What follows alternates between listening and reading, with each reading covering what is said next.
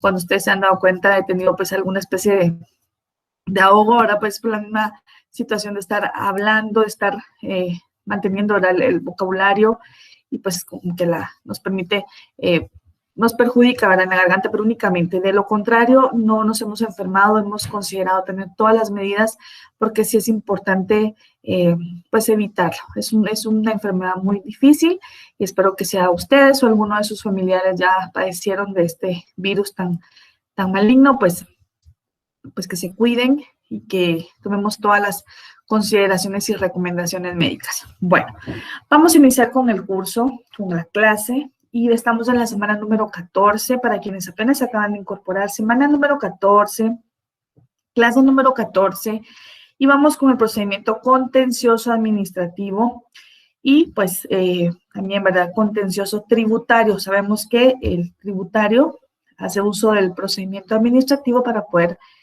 aplicar la normativa tributaria. Vamos entonces a abordar, estas son generalidades. Lo que presento a ustedes en pantalla en este momento, en la imagen que tengo en pantalla, son puramente generalidades.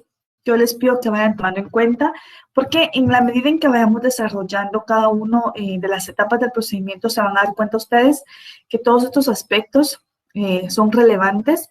Y esto sí, solo lo menciono, son únicamente generalidades. Yo les pido que tomen en cuenta cada uno de estos aspectos, que posteriormente ya vamos a entrar a conocer lo que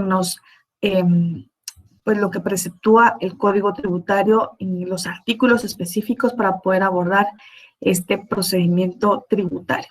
Tenemos entonces que dentro de las generalidades de este aspecto, de este tema del procedimiento contencioso administrativo del Código Tributario, tenemos ciertas generalidades. Primero, podemos compartir con ustedes que se va a abordar desde el punto de vista del Código Tributario. Tenemos un Código Tributario que hemos venido manejando desde la clase número 1. ¿Se recuerdan? Yo les pedí, por favor, compren su Código Tributario. Yo sé que hoy por hoy lo tienen. Yo espero, no puedo, ¿verdad?, comprobar, pero espero que tengan ese código muy, pues con muchas anotaciones, subrayado, con colores, ¿verdad?, para poder ustedes identificar plazos, temas, aspectos importantes y relevantes que hemos ido manejando. Yo espero que así lo conserven, y que también sea, ¿verdad?, una herramienta no solo para poder aprobar el presente curso, sino que también les pueda servir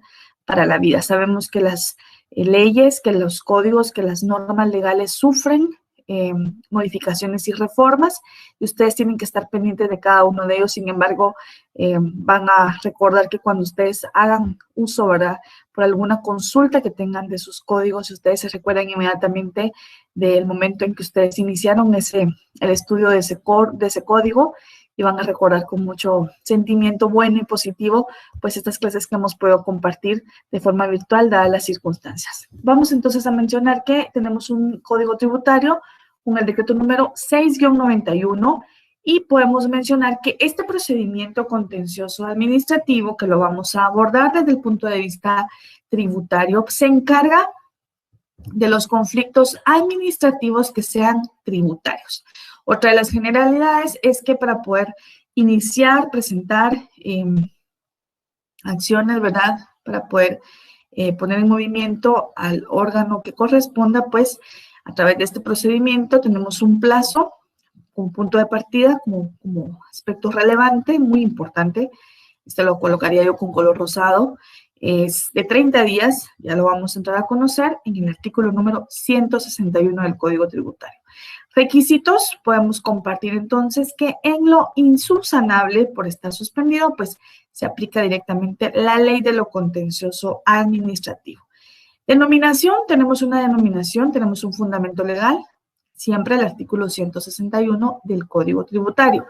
Y dentro de la naturaleza, quiero compartirles que haciendo un estudio, lo que compartimos con ustedes como tema que corresponde de acuerdo al programa de estudios, hay criterios que se contradicen por jurisconsultos, por profesionales que se han dedicado al estudio exhaustivo de este tipo de procedimientos, autores de libros que también tienen teorías contradictorias al respecto, que se ha mencionado que es proceso o es un recurso y derivado de los estudios que se han hecho, pues la mayoría puede compartir y también la ley que es un proceso.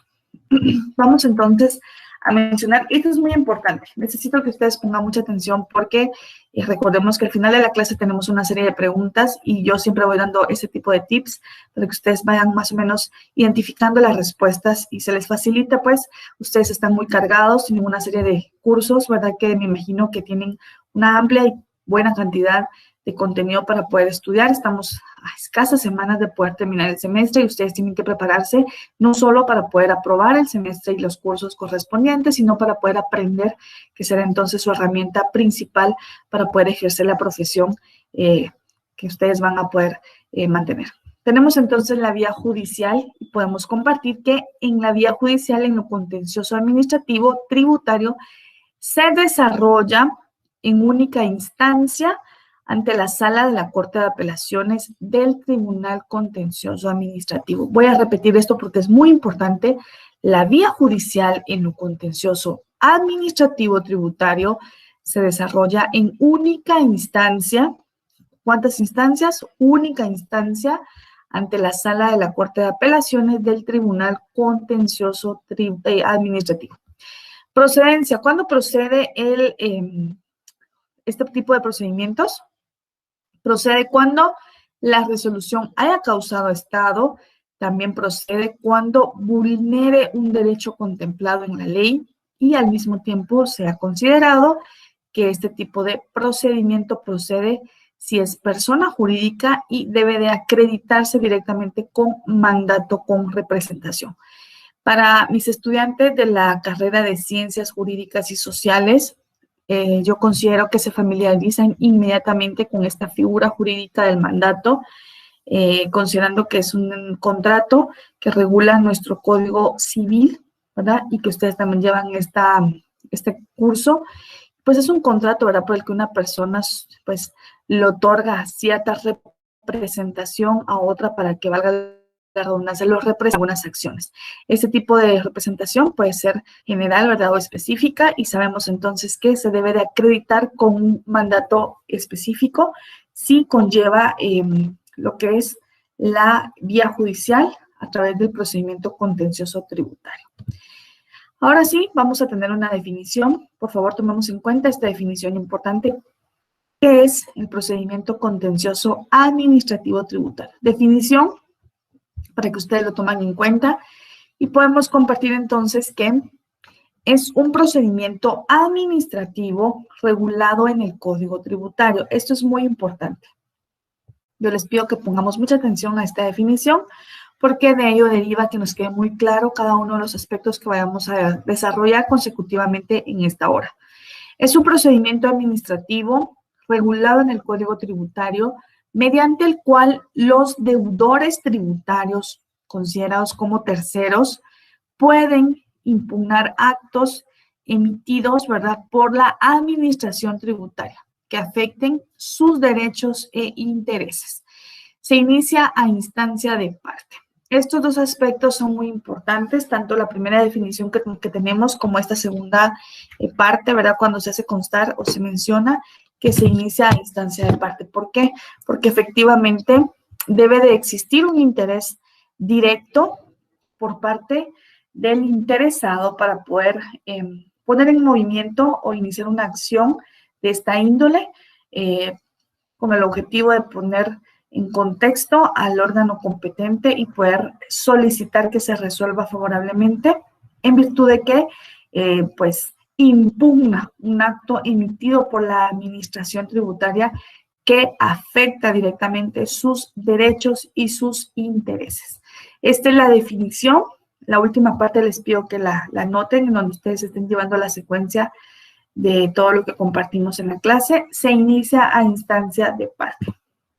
Vamos entonces a continuar y podemos compartir que una vez agotada la vía administrativa, o siempre y cuando se haya agotada la vía administrativa, pues el interesado o el que se considere con derecho tiene el derecho, valga la redundancia, de iniciar el proceso de lo contencioso administrativo tributario dentro del plazo de 30 días hábiles siguientes contados a partir de la fecha de la notificación de la resolución del recurso de revocatoria. Recuerden que en la clase anterior estábamos socializando el recurso de revocatoria, pues esta es la continuación. ¿Qué sucede si efectivamente el recurso de revocatoria se mantiene firme en cuanto a resolverse negativa o desfavorablemente a los intereses que tengamos? Entonces podemos hacer el buen uso de este tipo de procedimientos. Entonces repetimos que una vez agotada la vía administrativa, el contribuyente tiene el derecho de iniciar el proceso de lo contencioso administrativo tributario dentro del plazo de 30 días hábiles siguientes contados a partir de la fecha o de la última resolución o notificación de la resolución del recurso de revocatoria al amparo de lo que preceptúa el artículo número 161 del Código Tributario del Decreto 6-91 del Congreso de la República, conteniendo sus reformas. Esto sería entonces, ya vamos a entrar a conocer lo que preceptúa este fundamento legal tan importante como es el artículo 161, y pues que consideremos que siempre y cuando se haya agotada principalmente la vía administrativa, pues se puede iniciar este tipo de procedimientos, este tipo de procesos, denominado contencioso administrativo tributario, ¿verdad? En un plazo, y esto lo colocamos en un color especial, resaltémoslo con un color diferente, en un plazo dentro de los 30 días, así se menciona, dentro de los 30 días hábiles siguientes, contados a partir de la fecha de la última notificación de la resolución del recurso de revocatoria.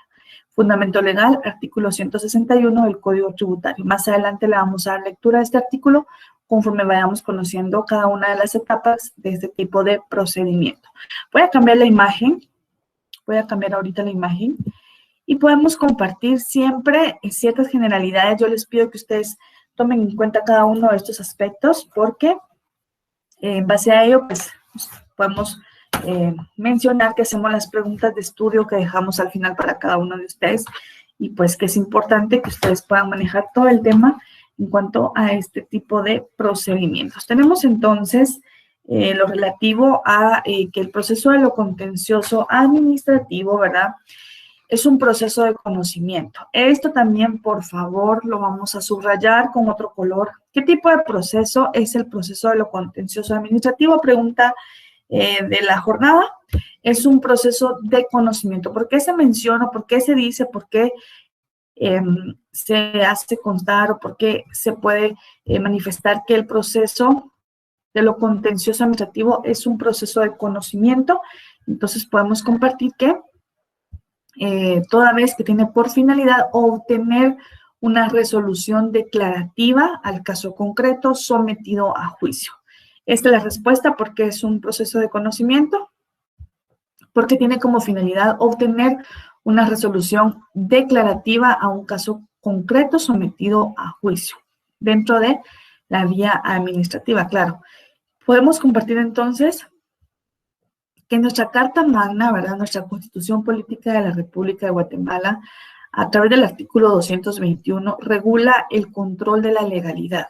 Esto es lo que regula ese artículo, lo hemos mencionado en varias ocasiones, de acuerdo al tema que conlleva, ¿verdad?, hacer énfasis claro a este fundamento constitucional del principio de juridicidad referente al Tribunal de lo Contencioso Administrativo.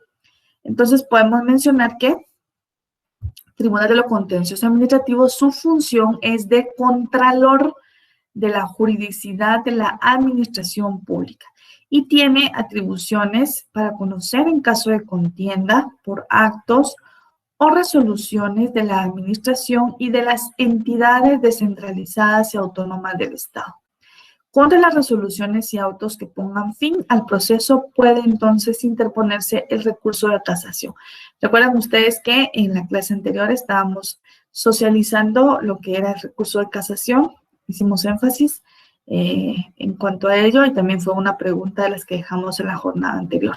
Esto sería entonces en cuanto al Tribunal de lo Contencioso Administrativo, pues ahora ya tenemos conocimiento que la función que conlleva es la de contralor de la juridicidad, ¿verdad?, de que sea correctamente aplicada esta juridicidad a la administración pública, pues en materia tributaria, pues, y tiene atribuciones para conocer en caso de contienda por actos o resoluciones de la administración y de las entidades descentralizadas y autónomas del Estado. Sabemos entonces entidades que conlleva descentralización y cierta autonomía, ¿verdad? Ejemplo de entidades autónomas del Estado, tenemos, por ejemplo, la Universidad de San Carlos de Guatemala, también se puede compartir podríamos mencionar al Instituto Guatemalteco de Seguridad Social, como por ejemplo. Contra las resoluciones y autos que pongan fin al proceso, pues entonces puede interponerse el recurso de casación. ¿Cuál es el recurso que se puede interponer en contra de las resoluciones y autos que pongan fin al proceso de lo contencioso administrativo en materia tributaria? Y la respuesta sería entonces el recurso de casación. Tenemos ciertas generalidades, por eso les pido que vayamos haciendo anotaciones y ya luego vamos a leer el artículo número 161 del Código Tributario. Podemos compartir entonces, de acuerdo a la naturaleza de este procedimiento, que el proceso contencioso administrativo es de única instancia. Eso es muy importante.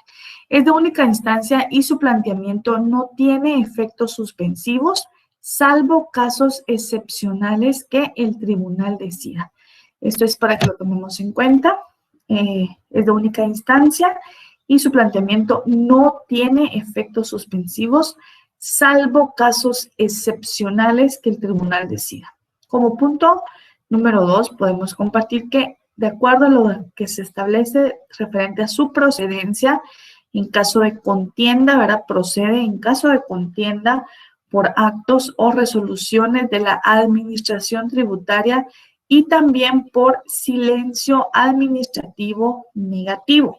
Recordemos que la figura del silencio administrativo conlleva cierta responsabilidad, también lo manejamos en la clase anterior, porque sabemos que la administración pública tiene la responsabilidad, la obligación de poder resolver a todas las peticiones y solicitudes que hagan los particulares en el ejercicio de su función, y tenemos ciertos plazos para resolver y tenemos un plazo claro de 30 días para poder resolver una solicitud, una petición que el interesado haya hecho a la administración tributaria. En este sentido, el procedimiento contencioso tributario o administrativo tributario puede proceder en caso de contienda o por actos o resoluciones de la administración tributaria, y al mismo tiempo puede proceder por el silencio administrativo negativo, considerando que no haya sido resuelta una solicitud, una petición o un requerimiento en el plazo que establece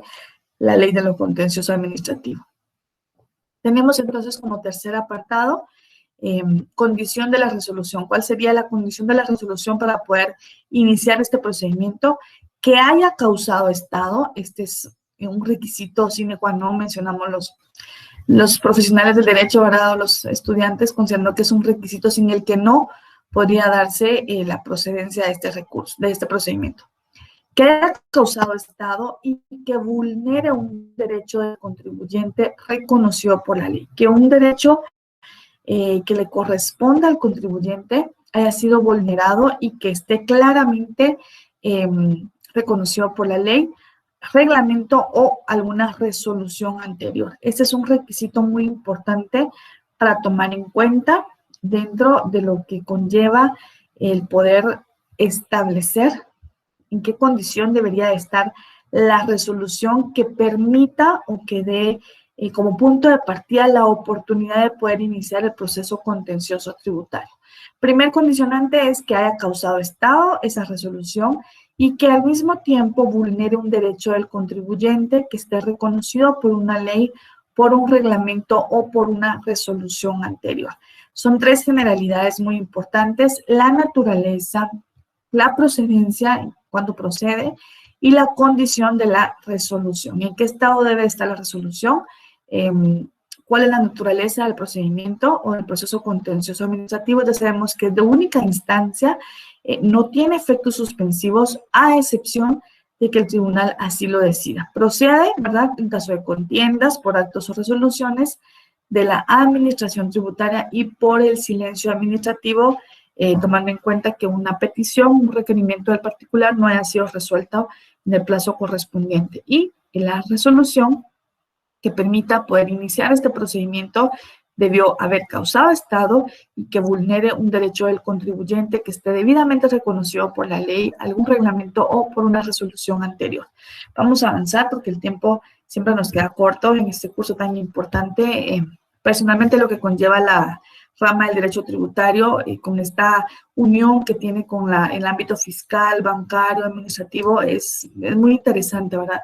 Debemos de tomarlo como algo prioritario. Sabemos que tenemos muchos cursos que conlleva el estudio, pero este curso de derecho tributario, como les compartía anteriormente, como no hay una secuencia de cursos en materia tributaria, es tan especial que nos permite conocer todo, ¿verdad?, en un solo contexto. Y si ustedes se han dado cuenta, dentro de lo que conlleva el estudio de este primer semestre del año 2021 o semestre, ¿verdad?, estuvimos conociendo desde qué es derecho tributario, y ya estamos ahora, hoy por hoy, conociendo lo que es poder abordar esta parte procesal del procedimiento contencioso en materia tributaria. Culminamos la siguiente semana, ¿verdad?, con otro procedimiento. También los invito a que tengamos al alcance nuestro código tributario y estaríamos en la última clase previo al examen final, pues abordando algunos aspectos prácticos y que ustedes puedan sentirse satisfechos de que hemos cumplido con todo lo sugerido por el programa de estudios. Otra de las generalidades muy importantes es que los sujetos procesales. ¿Quiénes son los sujetos procesales que intervienen en este procedimiento?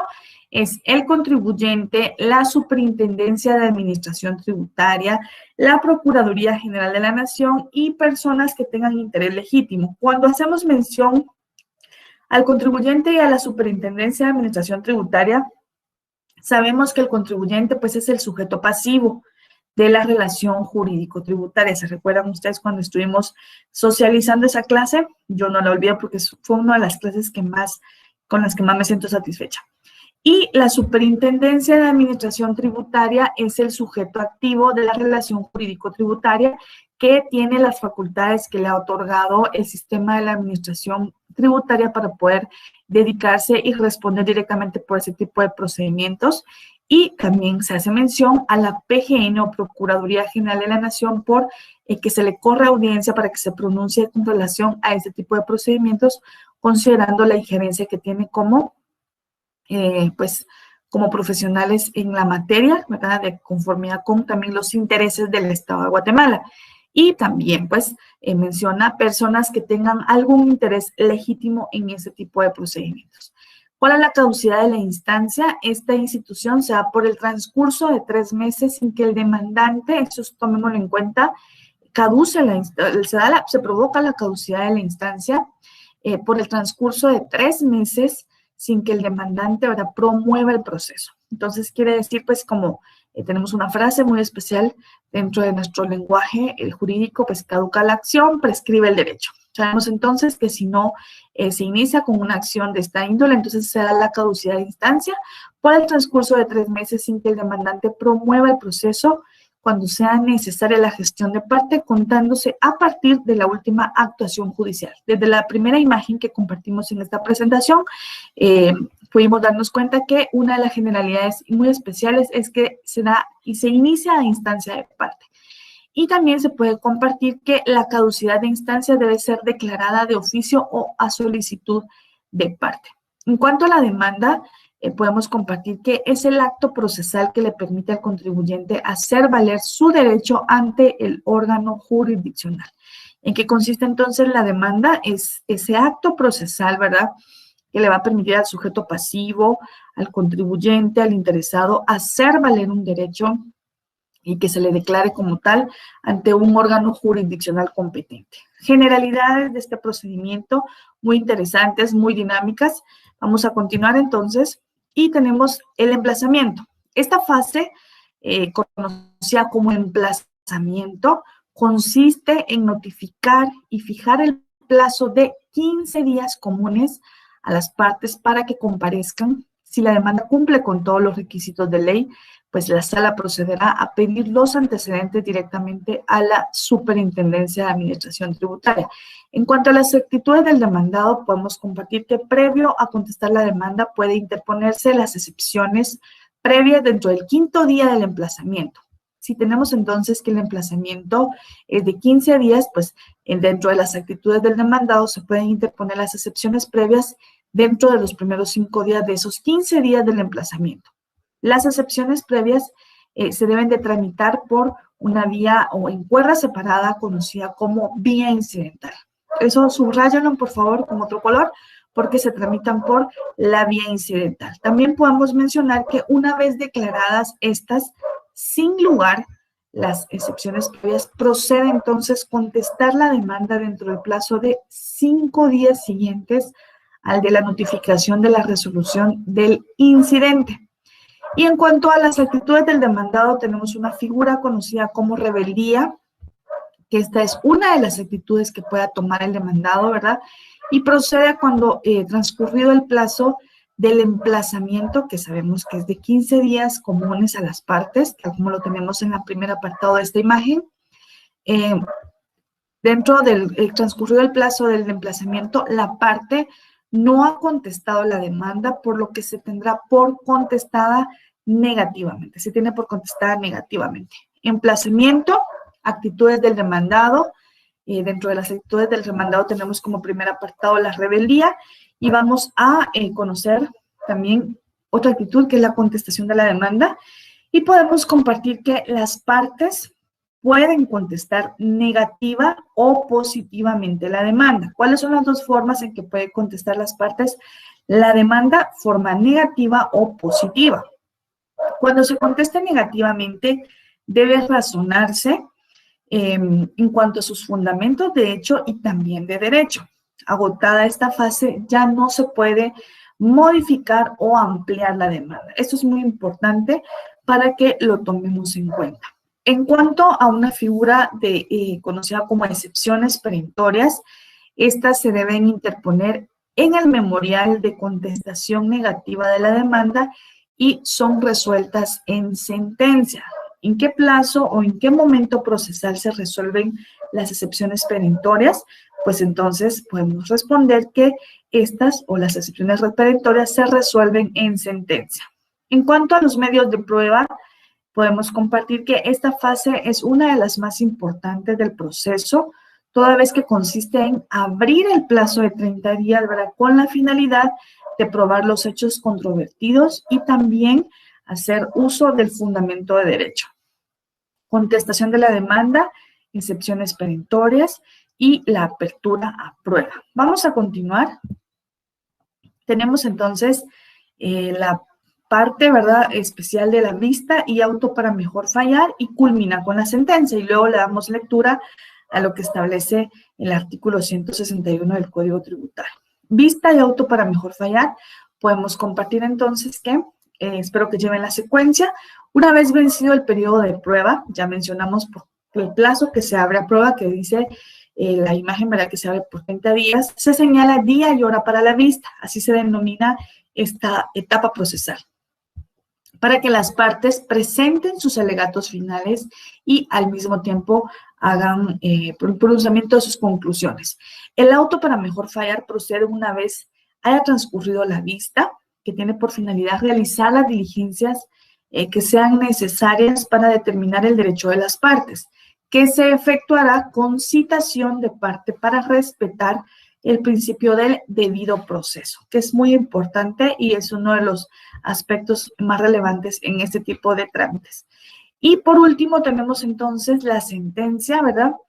Y que esta tiene como finalidad declarar la confirmación, la modificación, la revocación o anulación de la resolución recurrida, de esa resolución con la que no quedamos conformes y que dio vida, que nos permitió que por habernos resuelto no acorde a nuestros de revocatoria, pues hicimos uso de las acciones para iniciar un procedimiento contencioso tributario. Y pues también esta sentencia, ¿verdad?, tiene como finalidad al mismo tiempo imponer el pago de las costas a la parte que haya sido vencida o a la parte demandada, ¿verdad?, o al demandante incluso podría ser, salvo que la sala, ¿verdad?, quien conozca, ¿verdad?, exima este tipo de pagos. Contra la sentencia que se ponga o que ponga fin al proceso, cabe entonces un recurso, no de forma ordinaria, sino que de forma extraordinaria, conocido por todos nosotros ya como casación, y este se interpondrá, admitirá y sustanciará de conformidad con lo que establezca el Código Procesal Civil y Mercantil. Código Procesal Civil y Mercantil, ¿verdad? Que es el Decreto Ley número 107. Decreto Ley número 107, Código Procesal Civil y Mercantil, para que ustedes tomen nota de esto. Esto sería, pues, como lo hemos conllevado, ¿verdad? En las secuencias del procedimiento o de las partes procesales, ¿verdad? De cada una de las etapas procesales, pareciera que es bastante simple, que es bastante sencillo, y así efectivamente es cuando se van evacuando las etapas como corresponde. Es un proceso, un procedimiento con el cual se logra aprender mucho, derivado de que tiene esas etapas tan claras, tan especiales, y los plazos son muy firmes. Sin embargo, les voy a compartir que no solo este procedimiento o este proceso, sino que todo en la vía administrativa, en la vía judicial, y si ustedes pueden compartir conmigo, ¿verdad? Que no solo en este ámbito, sino en cualquier ámbito, salud, educación, seguridad, todo se vio bastante, se quedó estancado. ¿Se recuerdan ustedes que todo se le dio una pausa el año pasado, cuando entramos en una etapa por el estado en que nos encontrábamos, ¿verdad? Por la situación del COVID. Y esto lo que ha generado es que todo este tipo de procedimientos ahora se han modificado de acuerdo a los plazos, de acuerdo a la secuencia que debe de llevar cada una de las etapas procesales, y únicamente nos queda ser un poquito pacientes, porque sí nos hemos visto como profesionales del derecho muy afectados en cuanto a poder tener una resolución favorable, o al mismo tiempo podría decir que sea desfavorable, porque no nos interesa. De acuerdo a nuestros intereses, es importante que se resuelva negativamente, por ejemplo, de conformidad a la parte que estamos bien asesorando. Entonces, sí nos hemos visto un poquito afectados porque la secuencia de las etapas procesales se han visto bastante lentas, si podemos compartirlo así, y se han suspendido muchas veces, pero es parte de esa acumulación que tiene el sistema administrativo y judicial por esa suspensión que se dio el año pasado, y que nos permite únicamente poder tener cierta tolerancia y aceptar que el procedimiento va a continuar con su curso, solo que tenemos que ser un poquito más pacientes. Ahora sí, nos vamos a conocer lo que conlleva lo del artículo número 161 del Código Tributario, de conformidad con el procedimiento de lo contencioso tributario, y vamos entonces a darle lectura al artículo número 161, que el tiempo acá nos queda bastante corto, y este curso es tan importante que nos permite, ¿verdad?, abordar no solo la parte tributaria, sino que nos permite conocer aspectos administrativos. Tenemos entonces el artículo número 161, procedencia del recurso y plazo de interposición. Como bien lo habíamos mencionado, podemos compartir que contra las resoluciones de los recursos de revocatoria y de reposición dictadas por la Administración Tributaria y por el Ministerio de Finanzas Públicas, procederá el recurso contencioso administrativo, el cual se interpondrá ante la sala que corresponda del Tribunal de lo Contencioso Administrativo, integrada con magistrados especializados en materia tributaria, preferentemente. Esto es un aspecto muy importante. Vamos entonces y podemos compartir que el plazo para interponer el recurso contencioso administrativo, y pues enfocado desde el ámbito tributario, es de 30 días hábiles. Por favor, para que eso lo tengamos con un color fuerte, con un color especial. ¿Cuál es el plazo? 30 días hábiles contados a partir del día hábil siguiente a la fecha en que se hizo la última notificación de la resolución del recurso de revocatoria o, en su caso, de reposición. Y el memorial de demanda deberá contener todos los requisitos mínimos establecidos en el artículo número 28 de la Ley de lo Contencioso Administrativo. En el artículo número 28 de la Ley de lo Contencioso Administrativo, les comparto entonces que encontramos, ¿verdad?, todo lo referente. Acá lo tengo para que comparto con ustedes. En el artículo número 28, entonces, podemos compartir con ustedes que inicia lo que es la demanda, ¿verdad? Es escrito, el memorial de demanda y todo lo que debe de contener. atendiendo a que se le da lo que es la secuencia al proceso contencioso administrativo que inicia a partir del artículo número 18 y que ya he compartido con ustedes naturaleza, procedencia y aspectos muy relevantes. Luego tenemos las características que debe de contener esa resolución administrativa. Ya las compartí con ustedes también, que haya causado estado y que vulnere un derecho del interesado. Aspectos que vimos en el extremo y en el apartado de las generalidades. Y posteriormente, pues, ya iniciamos en el artículo número 28 y ese artículo de la Ley de lo Contencioso Administrativo conlleva una serie de pasos o de requisitos para poder presentar una demanda conteniendo este recurso tan importante. Entonces, podemos compartir que de 30 días hábiles contados a partir del día hábil siguiente al de la fecha que se hizo la última notificación de la resolución del recurso de revocatoria o de reposición en su caso, y ese memorial, ¿verdad?, que se va a presentar debe de contener todos los requisitos que establece el artículo número 28 de la Ley de lo Contencioso Administrativo. Y podemos mencionar entonces que de la demanda contenciosa tributaria, esta debe de ajustarse, como bien lo compartí en la imagen anterior, a todo lo que establece el artículo número 28 de la Ley de lo Contencioso Administrativo. Los invito a que le den lectura a ese artículo para que ustedes puedan conocer cuáles son esos requisitos especiales. Con esto, estimados estudiantes, yo les agradezco la atención que me han brindado. Hemos llegado al final de la clase por aspectos de tiempo y para respetar el horario del docente que también me releva, ¿verdad?, en cuanto a la jornada de estudios que ustedes tengan de forma virtual. Tenemos las preguntas de estudio, semana número 14, pregunta número 1, y le daré lectura de forma consecutiva. Procedimiento administrativo regulado en el Código Tributario, mediante el cual los deudores tributarios pueden impugnar, o terceros, ¿verdad?, pueden impugnar actos emitidos por la administración tributaria que afecten sus derechos e intereses. La siguiente, plazo para iniciar el proceso de lo contencioso administrativo tributario. Tenemos un plazo. ¿Cuántas instancias tiene el procedimiento contencioso administrativo tributario? La siguiente, requisito necesario para abrir la vía judicial en el proceso contencioso administrativo tributario. Y la quinta y última pregunta, ¿con qué instrumento se acredita la personería en el proceso contencioso tributario en caso de persona jurídica? Estas son las preguntas de estudio que dejamos para cada uno de ustedes. Yo de verdad les agradezco mucho. Hemos terminado una clase más de la semana número 14. Estamos a escasas 2 clases, a escasas 2 semanas de poder compartir. Únicamente ustedes tuvieron la oportunidad de conocerme a mí.